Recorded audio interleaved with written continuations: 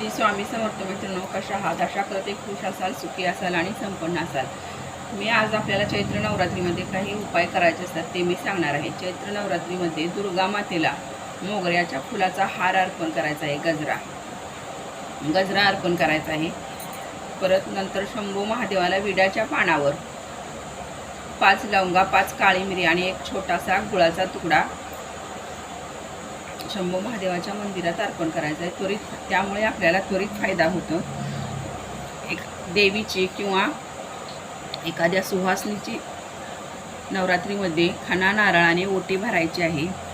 परत अन्नधान्य किंवा अशा काही गरजू लोकांना गरजेच्या वस्तू पाहिजे असतील त्या दान करायच्या आहेत। आपल्याला नोकरीच्या ठिकाणी जर काही त्रास होत असेल, मनासारखी नोकरी मिळत नसेल, तर 2 लवंगाच्या जोडीने 7 दिवस 7 वेळा नजर उतरवून त्या लवंगा देवीच्या चरणी अर्पण करायच्या आहेत। त्यामुळे आपल्याला मनासारखी नोकरीची हमी मिळते। शुभ मुहूर्तावर काळ्या रंगाचा वापर करणे टाळावे। दुर्गा देवीत शक्यतो काळ्या कलरचा कधीही वापर करत नाहीत।